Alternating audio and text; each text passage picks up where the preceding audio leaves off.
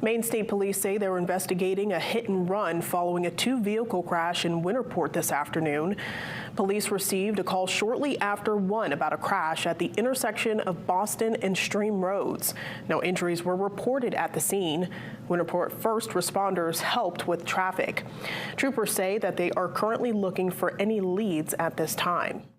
The vehicle that we're looking for is described as a white or silver dually 1 ton with some sort of a service body on it. That would be aluminum.